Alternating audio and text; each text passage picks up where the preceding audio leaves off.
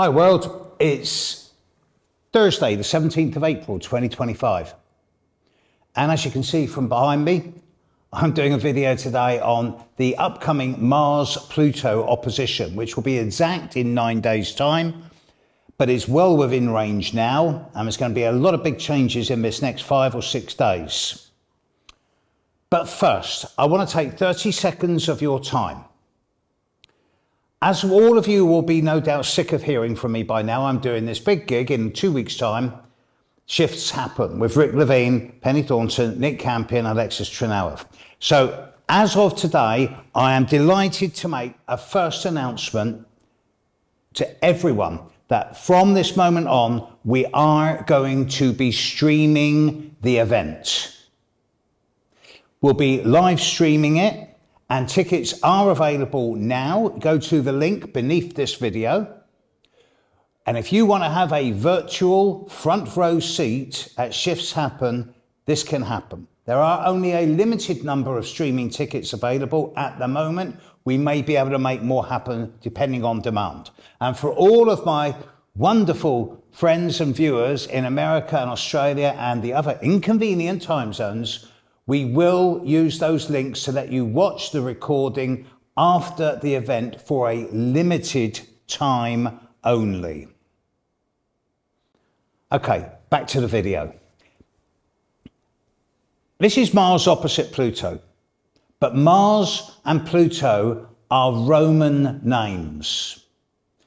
I've been looking at this and I'm thinking this is more like Thor from the Norse versus Hades from the Greek. Thor's a god of thunder and lightning, and Hades rules the underworld. Now, the previous two oppositions of Mars and Pluto, Mars first opposed Pluto at 29 degrees of Cancer and Capricorn in the first week of November 2024. Mars then went retrograde and opposed Pluto again in the first week of January at about 1, maybe 2 degrees of Leo and Aquarius. And now Mars is about to move back into Leo in the next 24 hours, and it's going to oppose Pluto on the 26th, late in the evening UK time, at 3.5 degrees of Leo, 3.5 degrees of Aquarius. Now I'm going to look at the meaning of this, but first of all, I want to draw your attention to the previous two Mars-Pluto oppositions, because I'm asking you to look at what was going on in the world in the first week of November 2024. And how did that relate to further events in very early January 2025? These are the two times of the previous Mars-Pluto oppositions, and now we're at the third.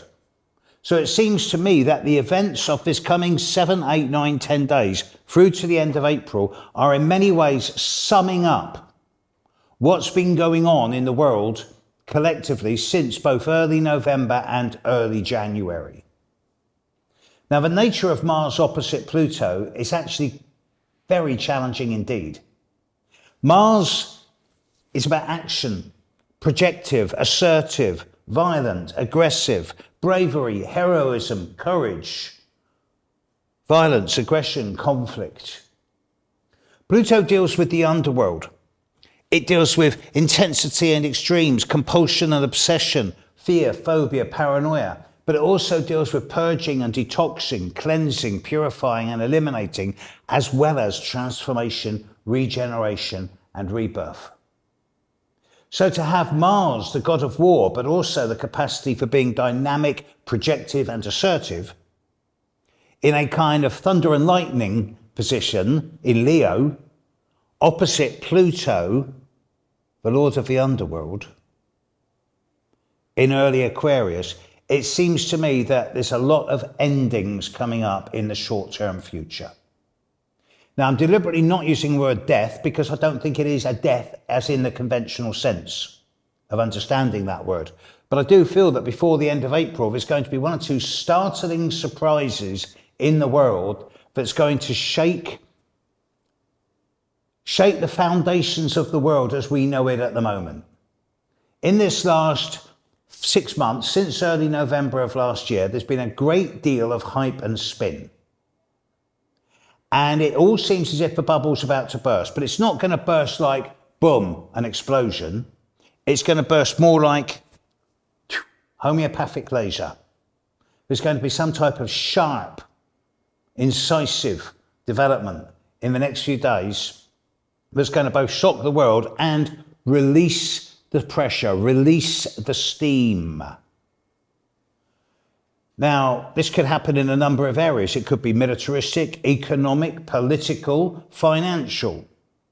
And it could be none of these things. It could be directly happening to individuals. Well, it's going to be happening to individuals. I mean, anybody born around the, 22nd, 23rd, 24th of July, or the 20th through to the 23rd, 22nd, 23rd of January, well, you're right in the firing line on this one. And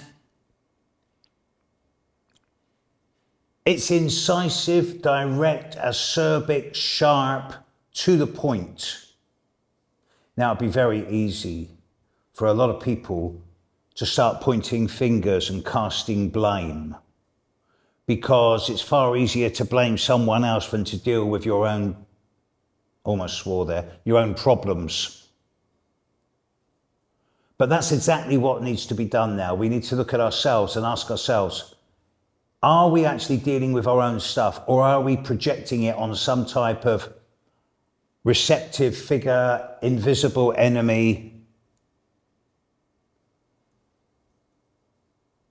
This is the end of a 6-month cycle which has been overseeing, if you like, the transition of all the planets at the end of Pisces, the end of the Piscean age, the start of the age of Aquarius.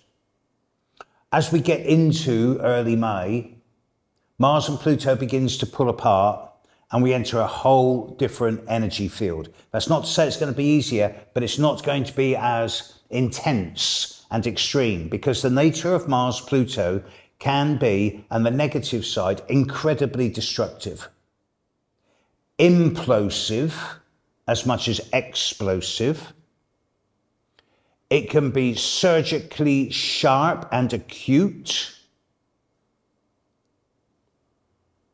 And it can be very, very targeted at a particular place, time, energy, or person. At a neutral level, Mars opposite Pluto creates a great deal of stamina, resilience, endurance, perseverance. The right thing will get done, or at least the right thing in certain people's eyes.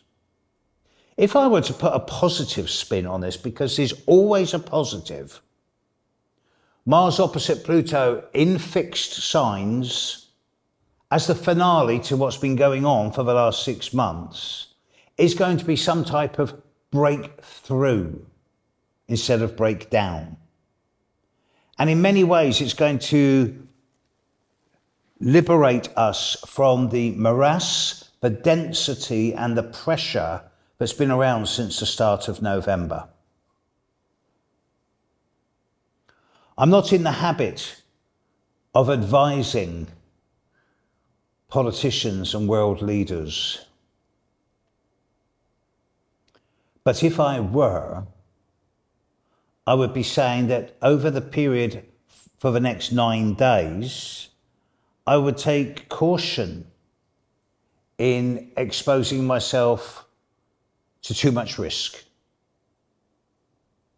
because something's coming and it'd be easy for one person to take the brunt of it all. Don't want this to happen.